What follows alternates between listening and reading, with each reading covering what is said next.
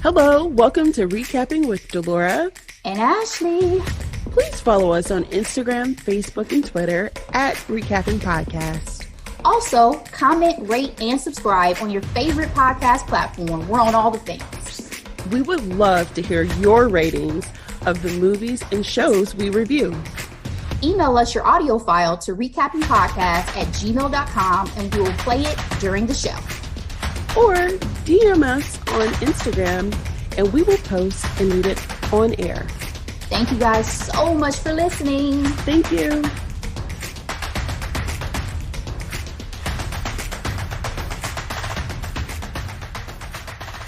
What's up, Delora? Hey, Ashley. We are back on the mic. My apologies, guys, for our impromptu break.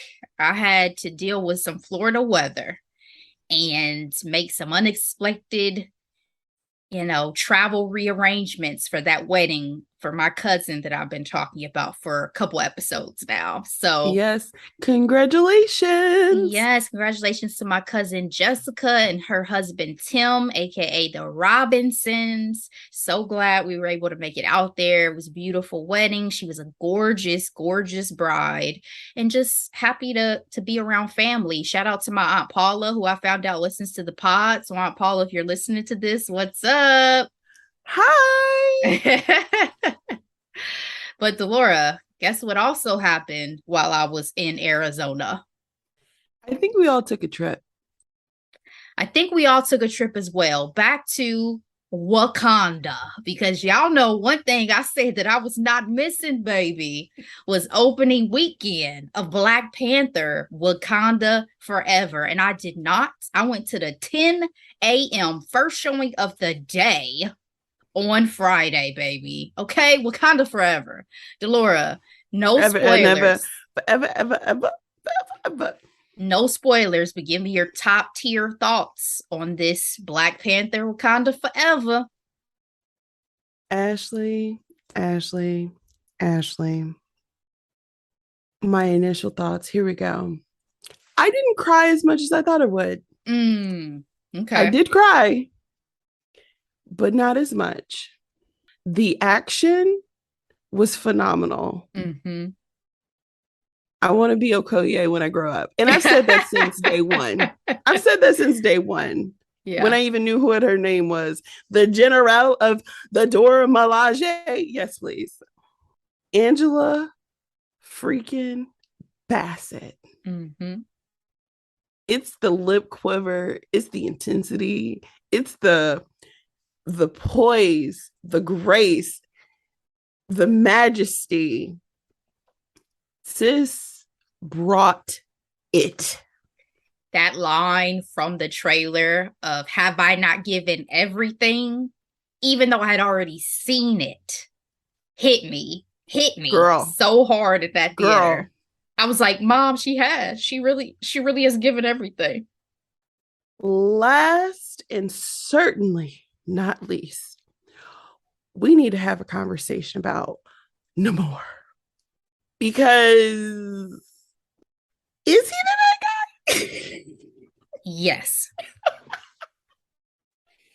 But his intensity, Ashley, I was like grasping clutching my your pearls. I could not. Oh my. No spoilers, but let's just say I'm not that mad at him. Okay. All right. So do you think it lived up to the hype of the original? I think it did a really good job. I think this film is just as epic as the first one for different reasons. I think what they did with the story was extremely impressive. Mm-hmm.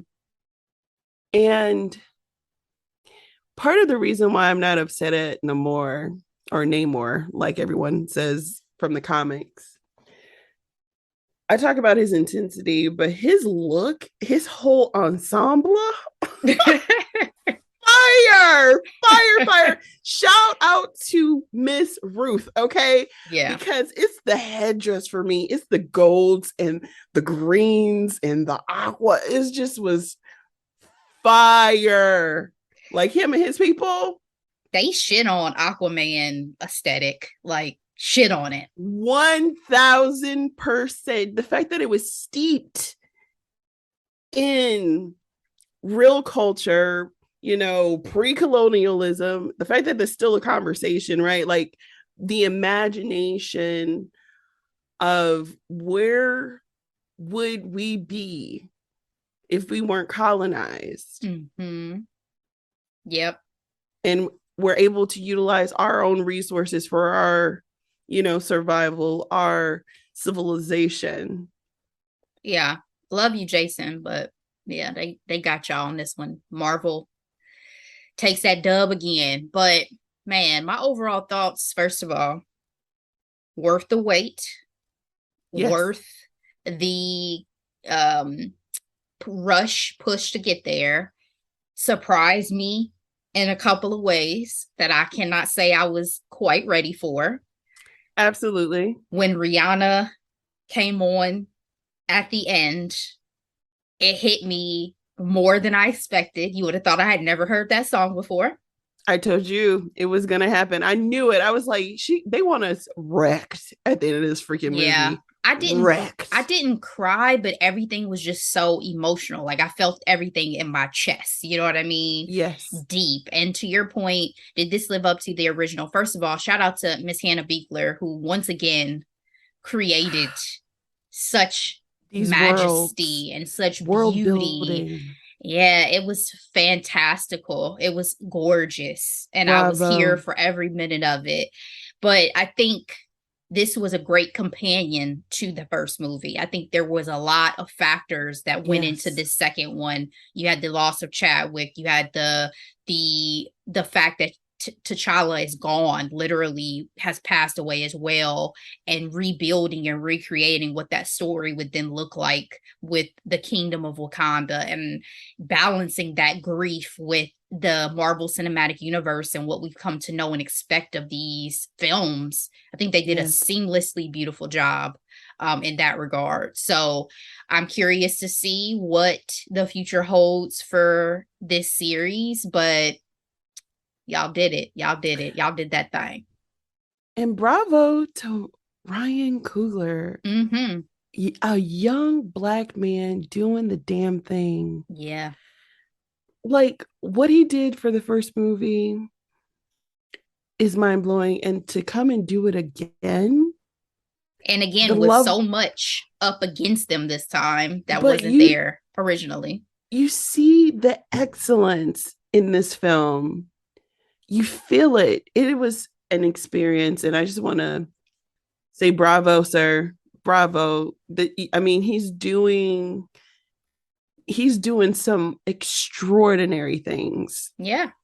Black Panther is definitely my favorite series within the Marvel Universe now. And that is not an easy feat. And I don't just say that because I'm Black, or do I? But no, I mean it.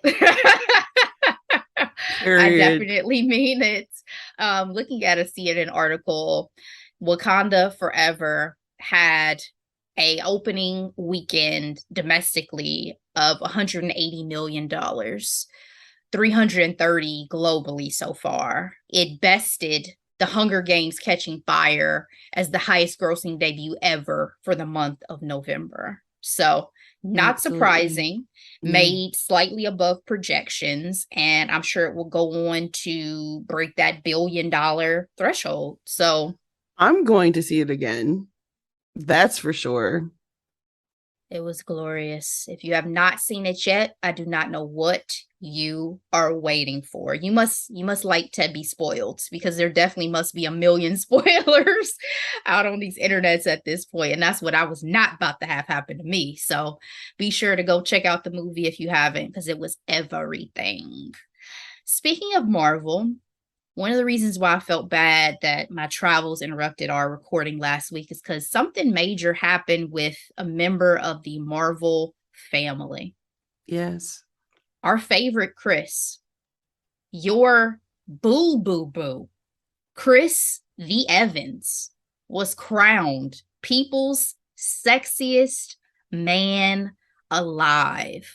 Delora, Last year, we had Paul Rudd. How did this compare to you when this announcement was made? Ashley, when I saw the announcement, I said, finally, finally, my bae, Chris Evans, Captain America, has been crowned sexiest man alive. I am here for it. I think he's had a piece of my heart since What's Your Number? You remember that rom-com? He was the douchey neighbor with a heart of gold. Typical rom-com tropes. Yes. He's been here all along. He's been here all along. This just brings me joy. I think this is wonderful. He's been really working post Captain America, voice of Buzz Lightyear. Check out that recap. Villain in The Gray Man. The Gray Man. Check that recap. Yep. We show him love. We do. We really do. We really do. So I'm here. I'm here for the Bostonian. What I will say when I saw this come out, as I said, oh, thank God. Because some years I'm just like Blake Shelton. I just don't get it. Like, I'm not. That was a rough year. I'm not understanding the rationale. I think, wasn't like The Rock before him and then Michael B. Jordan after him or something? It was something like that. I know Michael, I think, took it from Blake. Paul Rudd, what I will always give Paul Rudd is Paul Rudd has this adorable quality about him that even if I don't find him sexy, I think he's adorable. Like, there's absolutely that. He's adorable. He's attractive on a level that may not be solely physical. I mean, he's not ugly. No, he's adorable. He's very endearing, you know. But Chris Evans is definitely bringing the sexy back to the list this year. Yes. He's bringing the sexy back. So that's why I was like, okay. We're making sense again, people. We're making sense. I'm already putting in my bid for next year, though. Who you got? Jonathan Majors. I can see that, especially if Creed. If Creed comes out and is, but if Creed especially comes out and shatters and like some of those other big budgets, he's gonna. We don't even need Creed. We have Ant-Man, Ashley. Like, I forgot, girl. He is his movie roster coming up is a thing of legend. Like, he has the one out now, and like I said, a lot of anticipation around his Marvel appearances, and to your point, Creed. So no, that's a good point. I'm glad you brought that up because I forgot that trailer was in the Black Panther when I went and saw Black Panther, and I forgot that we were bringing that character back from obviously when we saw him introduced in Loki, and I was just thinking about what he's starring in, which in my mind is Creed, starring another sexiest man alive, Michael B. Jordan. So that makes total sense though, because the Marvel train keeps the movie theaters right now on the track. So, and I think he's the big bad. In what phase are we in? Phase 4, phase 5 or something? I think we're still in 4. Marvel heads, y'all can correct me. I think we're still in 4. But yeah, I was excited. Oh, speaking of that, were there any other trailers during Black Panther of films that are coming up? Like, what'd you think of the Avatar trailer? Does that excite you as it's about to come out in December? David and I were seriously sitting there like, y'all waited this long for me to care about these sequels coming out. Like, the first one was major. We even saw it together. That's how long we've been together. We saw it together. It was a cinematic experience, right? And in that moment, in that, what they like to say on the internet, you had to be there. You had to be there during that hype. What that trailer gave me wasn't enough to really make me want to leave the house, unless I feel you though. I hear people say, you know what, this 3D experience is absolutely worth it. Let's check it out. But as of right now, I'm good. How about you? And see, I wasn't even on the first movie Avatar train. It's shocking to say that I didn't even sit and watch the entire movie in one sitting until COVID. Is like Really? I never went saw it in theaters. My I have attention never. span wasn't there when I ever tried to watch it before. But you would think that it would Yeah, be something I would have consumed, would have ate up. And then when I finally watched it, I was like, I hate the story. Like, I don't want to see these white people trying to come over here and colonize another freaking planet. exactly. And I'm glad that you said that because I don't know why I said I never. I have not seen that movie since it came out. So for me, I have been extremely removed from it, you know? I think I couldn't get a good grasp during the trailer, which to their credit, I do always say trailers give away too much what the storyline is for this second Avatar. So that's another thing. I was like, it's beautiful to see again, to be in this world, but I can't really get a grasp of what the story is going to be. So it didn't move me either, but just curious because I know we had a couple biggies that played during the film. So Chris Evans, congratulations on your Sexiest Man Alive title. Congratulations. It was a mantle that I'm glad to see you step into. I'm so proud of you. All right, Delora, let's get into our headlines and our hot topics for today's episode. All right, guys. So our first one up is Princess Diaries 3. This has been long discussed, long awaited for all the folks who are fans, at least of the original, because the second one did not move me. But for the sake of the original, and mind you, another Chris is in that one, and I completely forgot about it. well, I think I do too, because I did not love the second movie. Like Chris Pine being in it doesn't, it didn't add anything, didn't subtract anything, but didn't add anything. So it's finally been announced that a new Princess Diaries movie, Princess Diaries 3, is in the works. The script is being penned by Adrita Mercuji, and the producer is going to be Deborah Martin Chase again, who is producing partner with Whitney Houston, as we know. Yes. This article I'm reading from the Hollywood Reporter is saying that it is a continuation of the Anne Hathaway-led series of films rather than a reboot, which I'm happy about because I don't think I'm ready for anybody else to step into the shoes of Mia Thermopolis.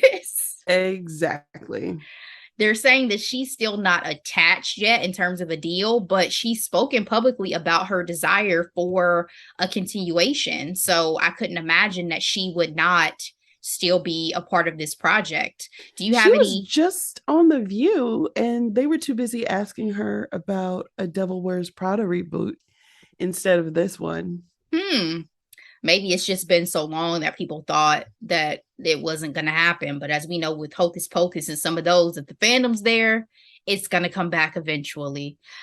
So do you have any thoughts on what the storyline may be about for this one? When we had the second one, it was about her royal engagement. So do you think this is going to be about what the next generation? Maybe she's had some babies and we're going to see the kids stepping into their royal titles? Absolutely need the following.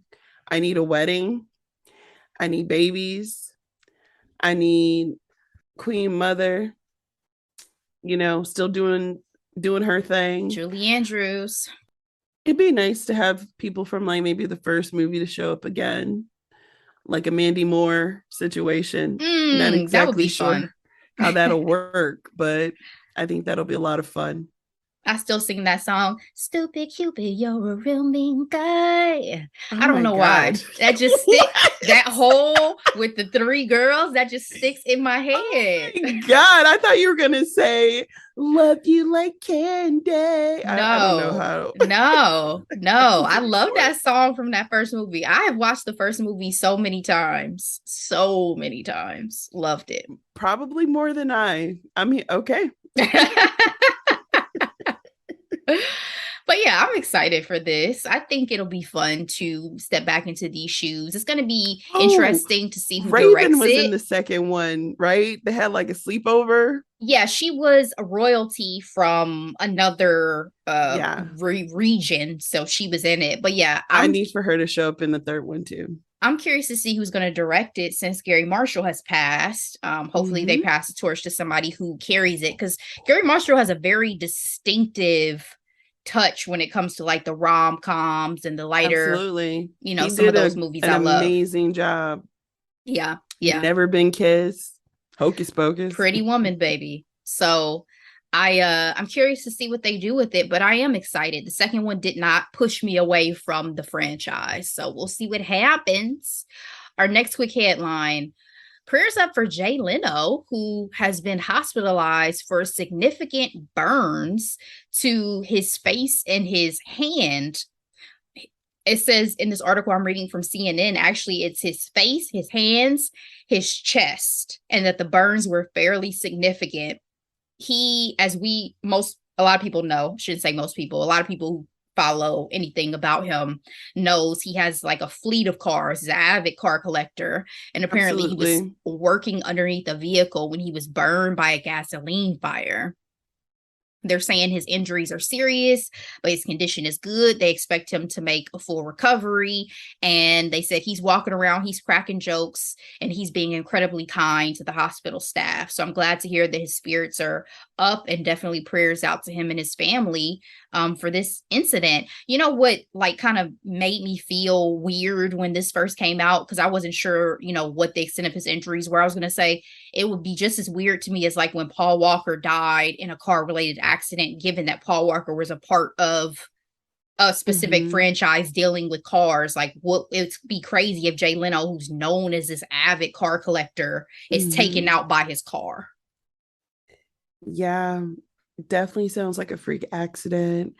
I'm glad he's in good spirits. I am curious on the extent of his injuries, but yeah, when I heard that it was from one of his, you know, collectible cars, I was like, oh my goodness, what could have possibly happened? Yeah. You know? Yeah. And in terms of like celebrities who have an affinity for their car collection, I think the only one who can give him a run for his money is Jerry Seinfeld, right? I believe so. But yeah, very sad, and I just hope he's okay. And that's as far as we know, because it's not like we're going into celebrities' car closets and garages. You know, where's MTV Cribs these days? I want to see some of these new celebs, some of their homes. We used to get all those glimpses back in the day. So anyway, definitely prayers up to Jay and his family. Let's move on to our next quick headline, Delora. I shouldn't even call this a quick headline, because this has been headline after headline after headline, and that is Twitter, which is in shambles, and Elon Musk and whatever it is he's over there doing. When I had this on our list last week, I said stay or leave, because you are more ingrained into Twitter than I am. I am such a casual user of Twitter. I literally probably get on it once a week, and that's usually only to check what's trending for this podcast for when we talk. So first of all, when Elon Musk took over, were you someone who thought, oh, I got to get off this platform, or have you wrote it out to see what was going to happen?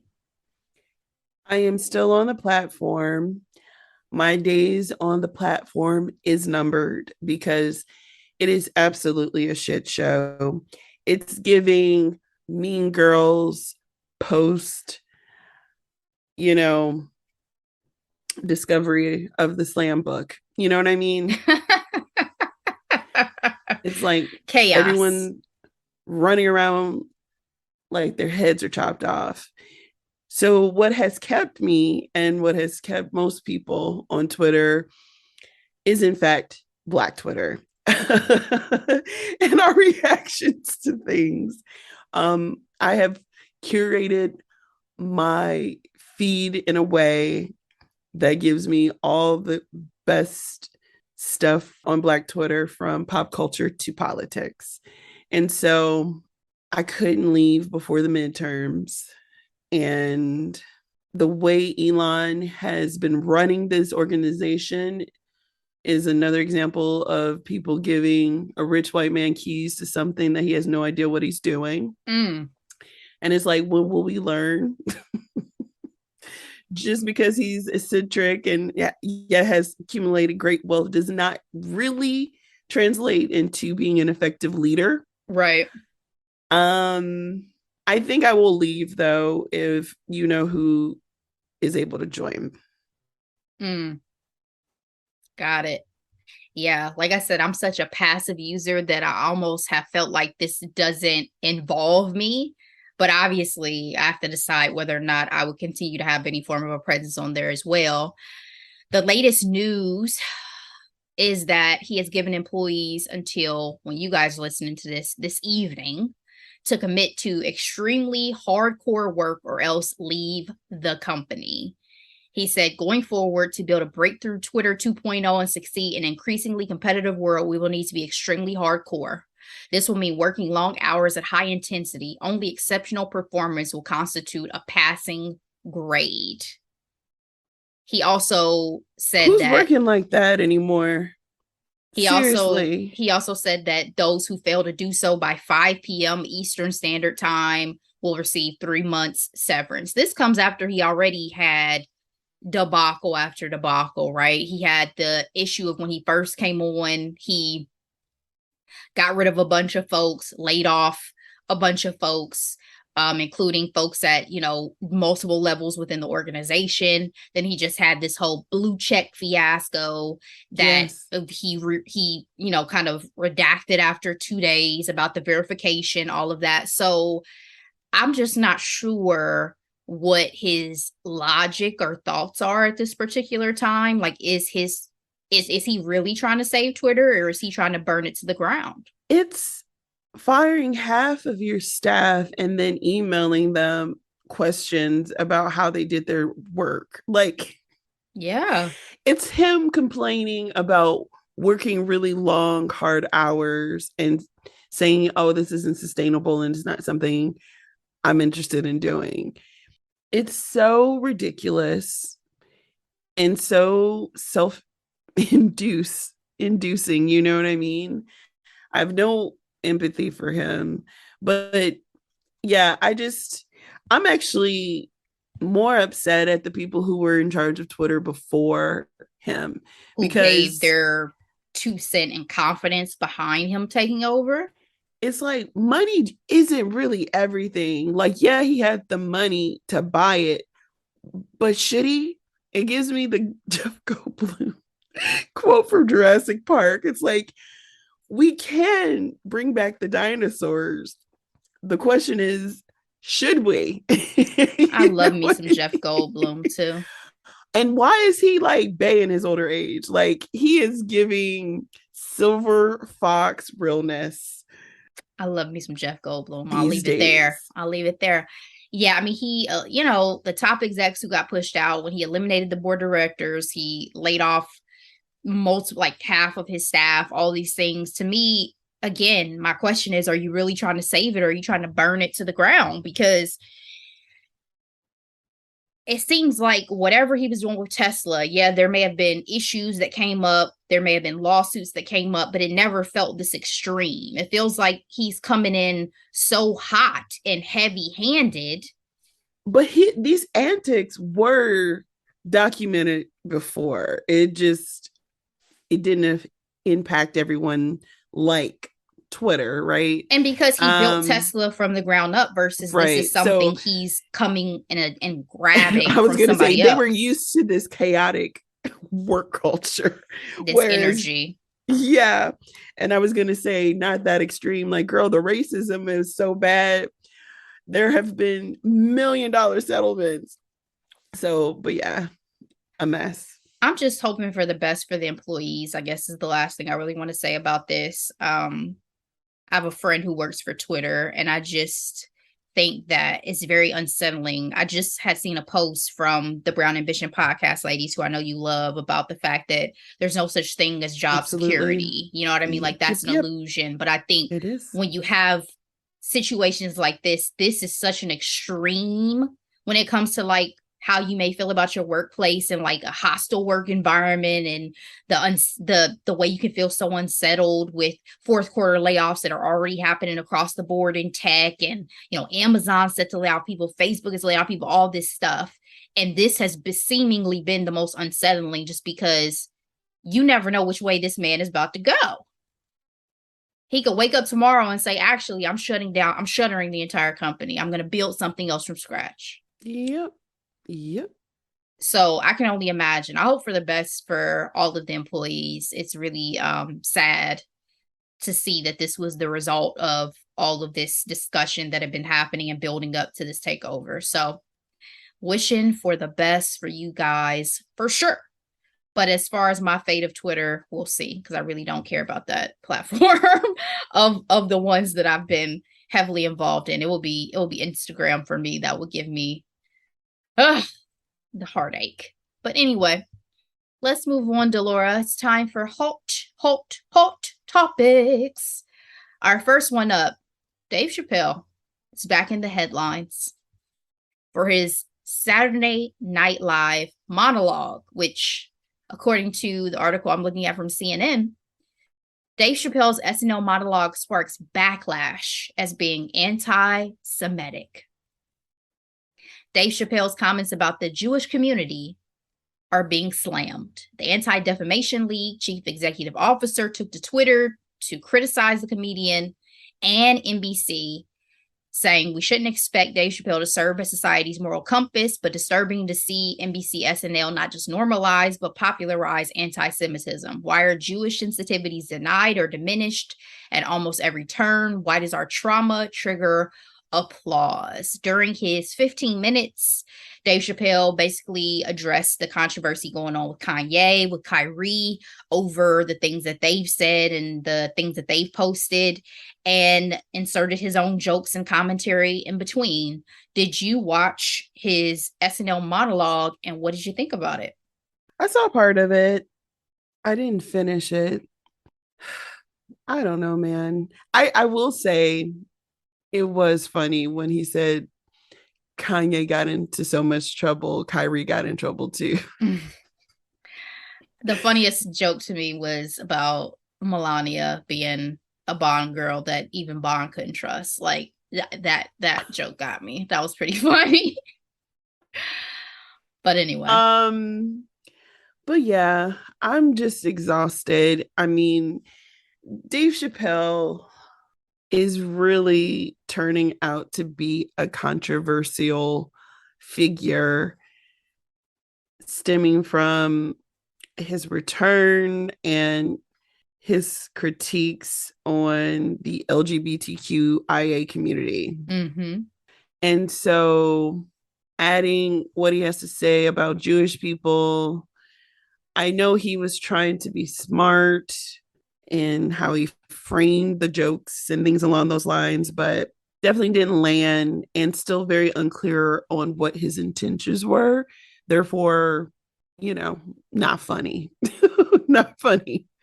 I think he's throwing his hat into the ring of something that he already knows is on fire, right? Like, he said that the thing that Kanye said he wouldn't expect for somebody to say in this climate, and yet you're addressing this in this climate as well. You're going onto a national, well-known platform, and you know this, and you're adding your commentary to a situation that you already know is really, really, really, really, really hot button issue at the moment. And I think it's sad, just the state that we're at with so many things. And this is just another thing, I guess, for me, where even my Uber driver, one of my Uber drivers, was asking me my thoughts and my opinions about all of this. And to your point, it's exhausting. I don't want to see such division. I don't want to see such, anger, thinking that, there's division now between the Black community and the Jewish community that seems to just be amplified the more people want to have commentary about this. Like, I think it's important to, when someone feels that someone says something that was upsetting or racist or whatever, that you take the time to understand their thoughts about that and why that seems to have to always turn into a us versus them. It's tiring. It's a tiring commentary, and it makes me sad. So hopefully there will be some level of resolution from this, maybe just with the wheels of the news cycle turning, right? things will come up that will trump this and will continue to move forward. But other comedians have already spoken their piece about this. Jon Stewart addressed it and said that he doesn't believe censorship and penalties are the way to end anti-Semitism. You've had Jerry Seinfeld, who's weighed in a little bit as well, said it's worth a conversation. So, we'll see if there's any real consequence for Dave Chappelle in particular. But again, I just think he threw his hat into the ring of a topic and an issue that was already so hot in these streets. So, yep, guys, Grammy nominations for the 65th annual awards were announced on Tuesday. Many favorites were nominated: Kendrick Lamar, Adele, Harry Styles, Lizzo, Taylor Swift, Beyonce, Bad Bunny, and Brandi Carlile dominated. Beyonce leads this year's nominees with 9 for Renaissance, now having a total of 88 nominations to her credit, which puts her in a tie with Jay-Z, her hubby, for the most nominations of all time. Let me just stop and take a minute on that. Who does that? Yeah, I thought she passed him with her 9 nominations, so she's tied. There are conflicting reports. I've seen the ones that Yes. says she surpassed them, and I've also seen the ones that say that they are now tied. It's saying that they are now tied on an article that I'm reading from Yahoo Music. So that's the source material, but I have seen the conflicting. But regardless, whether she passed him by 1 or they are tied, Delora, who does that? When I said before that Blue Ivy is the daughter of Beyonce and Jay-Z, this is what I mean. This is what I mean. Like, both of your parents are not stars, right? That's not the word. They are superstars in their respective in their respective genres. Like, it's unbelievable to me. And you gave me the hard task of thinking about power couples in music, but just power couples in general. I was like Brad and Angie and their children, and then David Beckham and Victoria.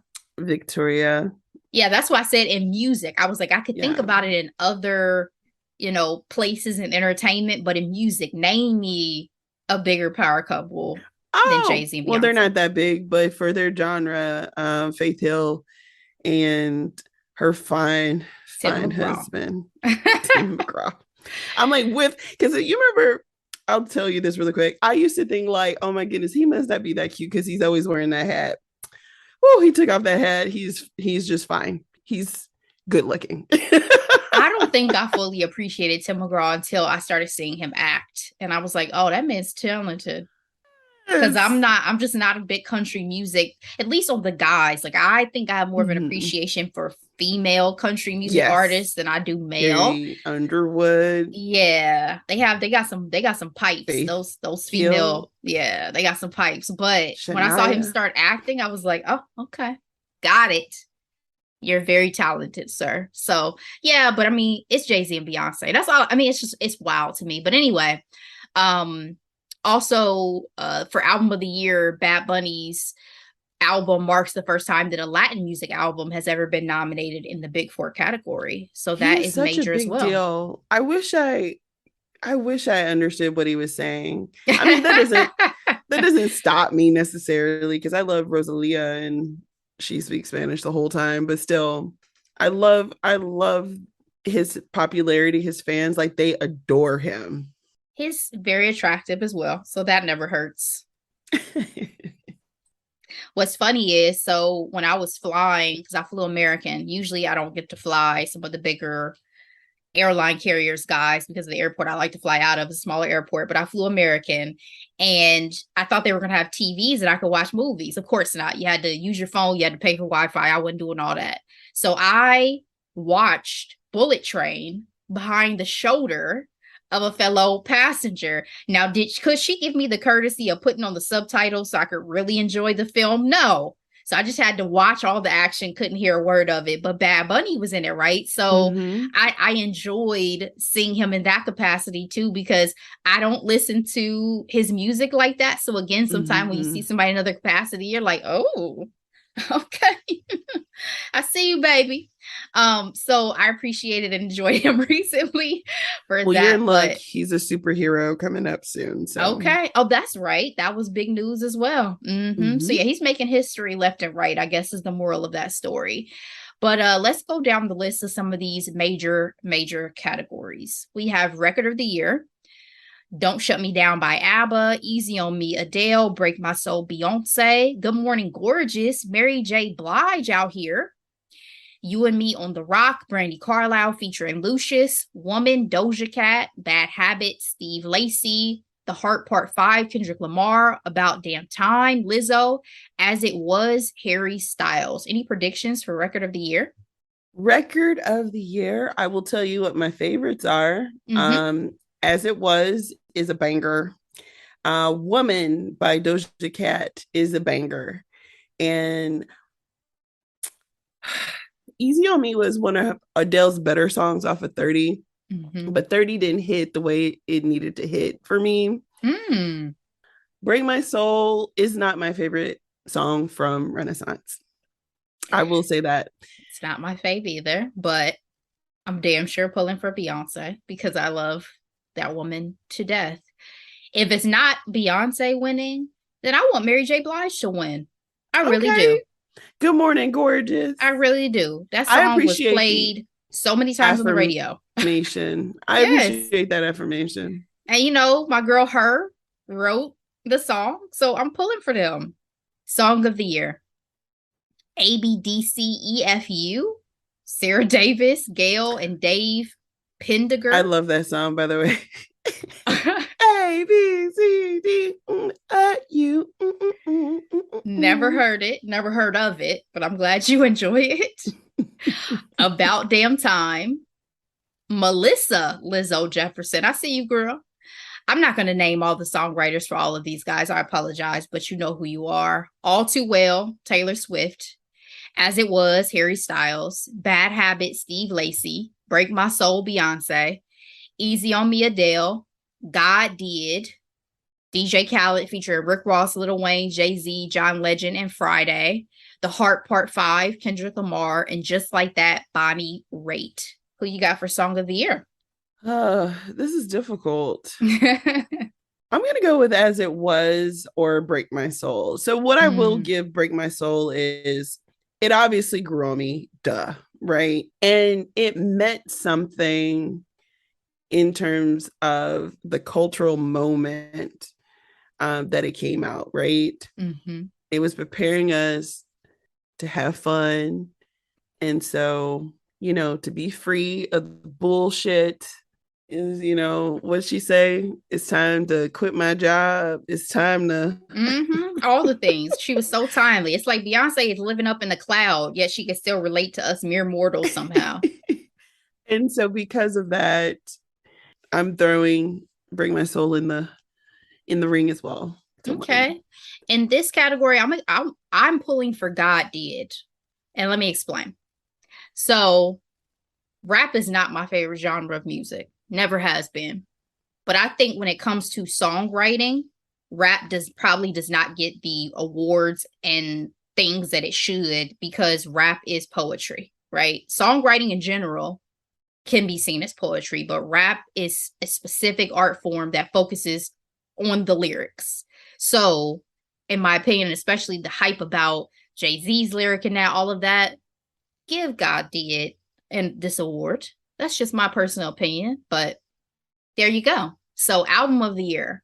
Voyage, ABBA, 30, Adele, Un Verano Senti, Bad Bunny, Renaissance, Beyonce, Good Morning Gorgeous, Deluxe, Mary J. Blige, In These Silent Days, Brandy Carlisle, Music of the Spheres, Coldplay, Mr. Morale and the Big Steppers, Kendrick Lamar, Special, Lizzo, Harry's House, Harry Styles.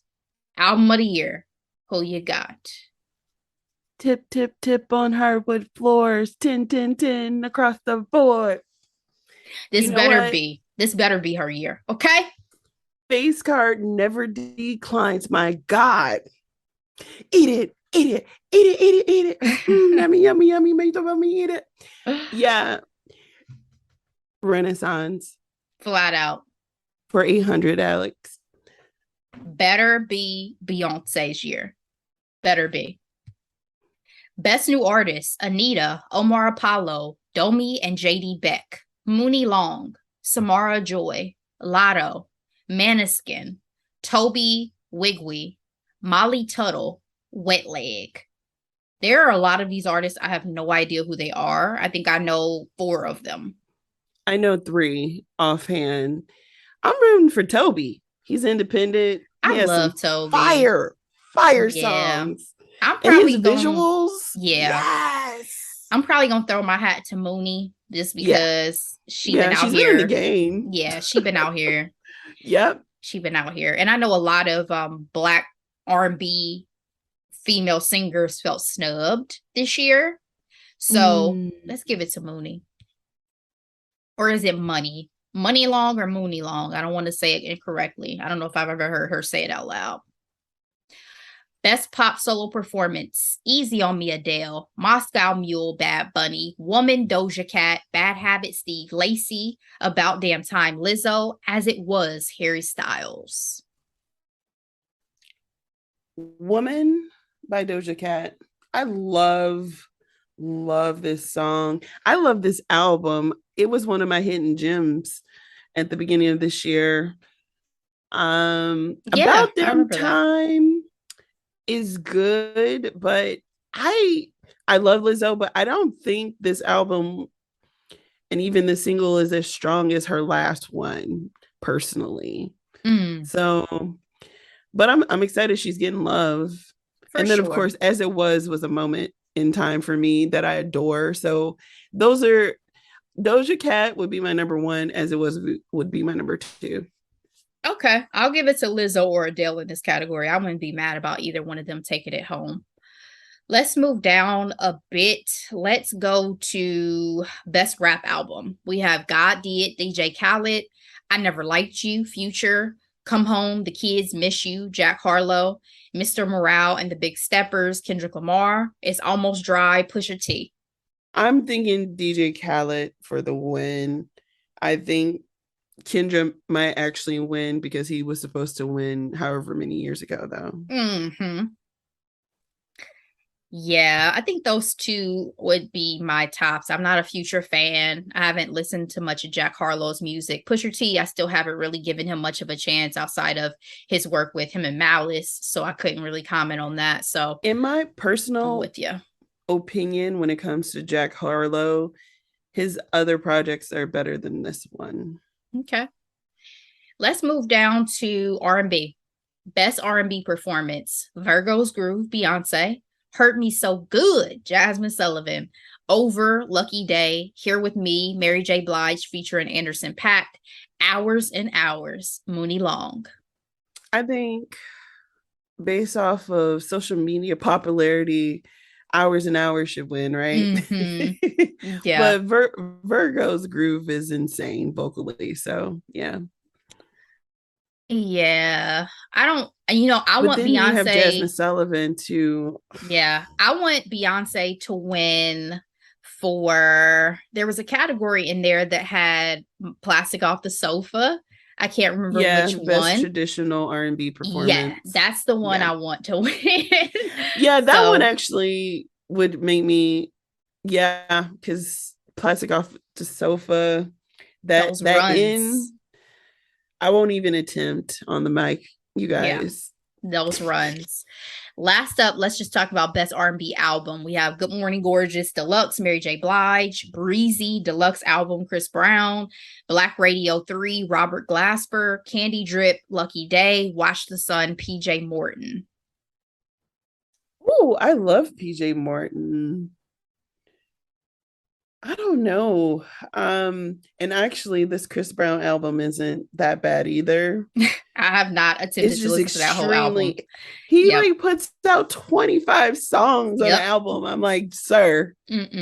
I think the problem with his albums, I think we had this conversation, they're not cohesive. It's not like a journey. It's like, oh, that sounds good. Let's throw it on this album. Exactly. It's not, you're not giving me a story. You're not giving me a narrative. throughout. Yeah, you're just putting a yes. bunch of possible singles onto a compilation. That's what I feel like with his last, 2 or 3 that he's dropped. So I'm gonna give it to Mary J. Blige. Mary J. Blige. Yeah. Easy. Yeah. Even though Lucky Day just dropped the video for Fucking Sound, which is my favorite song off of his album. But it has you feeling some type of way because he's getting down in a church and it's like, woo! In my spirit, I feel so conflicted about it. Are you saying he's doing sexy things? Yes. At church? Putting his hands on the walls with the crosses next to him, honey. Yes. Confessing to a priest. It was a lot. The video was a lot. I was like, I feel very conflicted. But one could say that the art is supposed to make you feel conflicted because it's probably about the sinful, lustful nature that we feel even in the church. Because, Lucky Day grew up in church. So that's a part of... I was going to say, he probably walked in on somebody doing this mess. No, it said based on a true story. So I don't know if it's his or somebody else's, honey. I don't know. I don't know. But I still love that song. Anyway, so that's our thoughts, guys, for Grammys noms. We'll see what happens this year at the awards. As we know, Silk Sonic removed themselves from consideration this year for their release. But you had some other snubs like Meg Thee Stallion wasn't nominated, Nicki Minaj wasn't nominated, Chloe and Halle, yeah, they weren't nominated. Rosalia wasn't nominated, even though she's been nominated for some Latin Grammys. Just some big artists who people expected to see some type of nomination from. Summer Walker didn't get anything. Yeah, Summer Walker was a big one, especially on social media. Yeah, that was crazy because her album did really, really well. So we'll see what happens, Delora. But are you excited? Are you going to watch? Are you curious to see who's going to host? Isn't it going to be Trevor again? I didn't know if it was announced who was hosting again. Is it him again? That's a great point. He's done it in the past, and with him leaving the Daily Show, he may not want to do it again. Yeah, you're right. I don't know. Well, we'll see. Maybe Z-Way needs to host something. I said that. I would love to see her host something. Golden Globes, even though I don't know if they have Black people on their jury yet, but I would love to see her host something. I would love to see it just for the outfit changes alone. I'm just curious. Exactly. Yeah, that would be exciting and fun. So, guys, that's all we got for you today. We went a bit longer because we hadn't been together in a little bit and we hadn't been with you guys for a little bit. So we hope you enjoyed. Delora, what are we recapping for the people next week for the week of Thanksgiving? Well, we are recapping a beautiful story about love, family, and food from scratch. Miniseries available on Netflix. Delora trying to have y'all crying in y'all pasta. That's all I can say. Ashley. Trying to get y'all emotional. If you have not checked this series out, be sure to check it out. Zoe Saldana will give you all of the feels, okay? And this is actually based off of a true story. So it is on Netflix. True story. Available 10 episodes, right? 10? 8 episodes. Felt like 10 because of the emotion. 8 episodes. It was a lot. It was a lot in those short 8 episodes. I say short being very facetious, but yeah. All right, guys. Well, again, dropping that episode for you next week. Then we're taking a break for Thanksgiving. We hope that you enjoy your time with your loved ones and eat some real good food. Eat some real good food. So, and cherish the time with one another. Absolutely. So we'll see you guys then. Be blessed. Bye.